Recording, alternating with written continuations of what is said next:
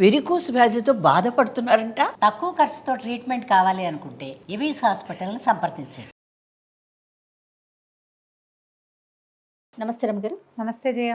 రమ్మగారు, తిరుమల తిరుపతి దేవస్థానం అనగానే మనకి లడ్డూ ప్రసాదం, అలానే స్వామివారికి తలనీలాలు సమర్పించడం కదండి. మొక్కు అనగానే మనకి ఇవి గుర్తొస్తుంది. తలనీలాలు అనేసరికి పిల్లలకి ఫస్ట్ టైము చాలామంది అక్కడే తలనీలాలు సమర్పిస్తారు కదా రమ్మగారు. అవును, చెవులు కూడా కుట్టిస్తారండి అక్కడే కొంతమంది. ఎక్కువగా మనం తలనీలాలే వింటుంటాం. ఏటా వెళ్ళిన వారు ఏదో మొక్కుకున్నప్పుడు తలనీలాలే సమర్పిస్తాం స్వామి నీకడ మొక్కుకునే వారిని కూడా చూస్తూ ఉంటాం. ఆడవారు 3 కత్తెరలు ఇస్తూ ఉంటారు కదండి. గుండు కూడా కొంతమంది చేయించుకుంటారు, తలనీలాలు సమర్పిస్తూ ఉంటారు. ఈ మధ్య ఒక వార్త వింటూ ఉన్నాం, ఆడవాళ్ళు సమర్పించవచ్చని సమర్పించకూడదని. మీ అభిప్రాయం ఏంటి? అభిప్రాయానికి ఏముంటుంది జయ? సిద్ధాంతం ప్రకారం అయితే స్త్రీలు తలనీలాలు సమర్పించకూడదు. ఎందుకంటే ఈ స్త్రీ శిరోజాలు తీసేది ఎప్పుడు మన భారతీయ సంప్రదాయం ప్రకారము వైధవ్యం సంప్రాప్తించినప్పుడు పూర్వకాలంలో కేశఖండాన్ని చేసేసేవారు, జుట్టు ఉంచేవారు కాదు. ఏంటంటే ఈ జుట్టు తీసేయటం వల్ల ఎప్పుడు తల బోడిగానే ఉంటుంది, వీళ్ళు సౌందర్యం ఇతరులకి కనపడదు. ఇతరుల వల్ల ఆడవాళ్ళకి వచ్చే సమస్యలు రాకుండా ఉంటాయి ఒకటి.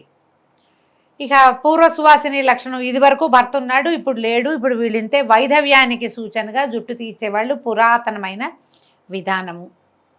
పూర్వం చేసేవాళ్ళు భర్తగారు లేకపోతేనే జుట్టు లేకుండా ఉండాలి. చిన్నపిల్లలకి పెళ్ళిళ్ళు చేసి సంటప్పుడే పెళ్లి చేయటము, 10 ఏళ్ళు వచ్చేసరికి అలా భర్తలు పోవటం, వీళ్ళు 14 ఏళ్ళు వచ్చేసరికి బూర గొరిగించి మూల కూర్చోబెట్టడం మన తాలూకు పురాతన విధానం. తెల్ల చీర కట్టడం, ఆ సాయం పంచలే, చీర కాదు, పంచ కట్టుకోవటమే వాళ్ళు. పంచనే చీరలాగా కట్టుకునేవాళ్ళు, ఆ తల గడప కనపడకుండా ఉంచుకునేవాళ్ళు పూర్వం. నీకు తెలిసే నాటికి నీకు తెలియదు, నాకు కూడా తెలియదు అంతగా. అంత పాతది విధానం. భర్త ఉండగా జుట్టు తీసుకోకూడదు, స్త్రీలు కేశాలు కట్ చేయకూడదు, భర్త కేశాలు కనెక్షను అని ఖచ్చితమైన అభిప్రాయం ఉండేది. అది వేరే సంగతి.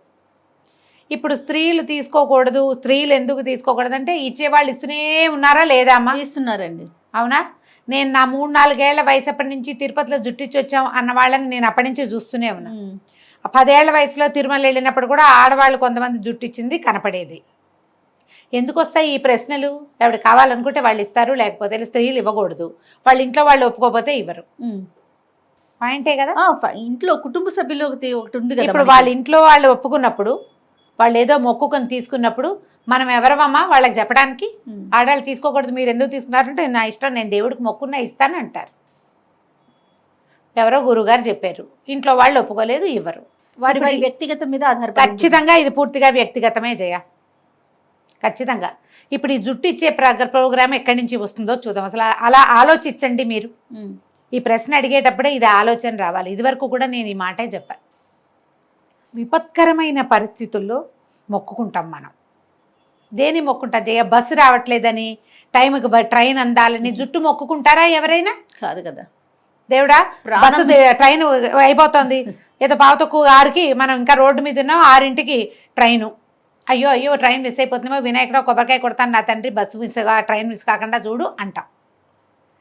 కొంతమంది అట్లా మొక్కుంటారు.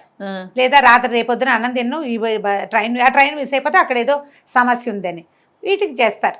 ప్రతి వాళ్ళకి మొక్కుకునే అలవాటు ఉంటుంది భగవంతుడికి. ప్రతి వాళ్ళు మొక్కుంటారు.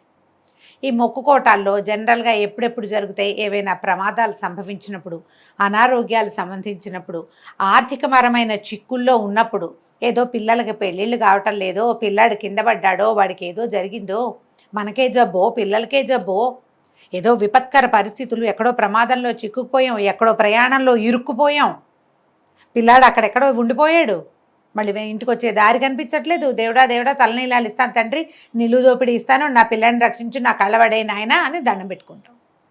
భర్తలకి ప్రాణాపాయ స్థితులు, ప్రాణాపాయం అయిపోతాదేమో, నిలువు దోపిడీ ఇస్తాను తండ్రి, పసుపు కుంకాలు కాపాడు, ఇలాగే కదమ్మా మొక్కుంటారు. అంతేగా. ఇప్పుడు ఈ విపత్కర పరిస్థితుల్లో భగవంతుడికి దగ్గరికి వెళ్ళి నాయన నేను నీకు ఇది ఇస్తాను, నాకు ఇది వదిలిపెట్టు, ఈ కాస్త నన్ను ఇక్కడ రక్షించు అనేటప్పుడు ఈ ముందు వెనక సంప్రదాయము ఆలోచిస్తారా జయ ఎవరైనా? అస్సలు ఆలోచించలేకపోతామేమో కదా.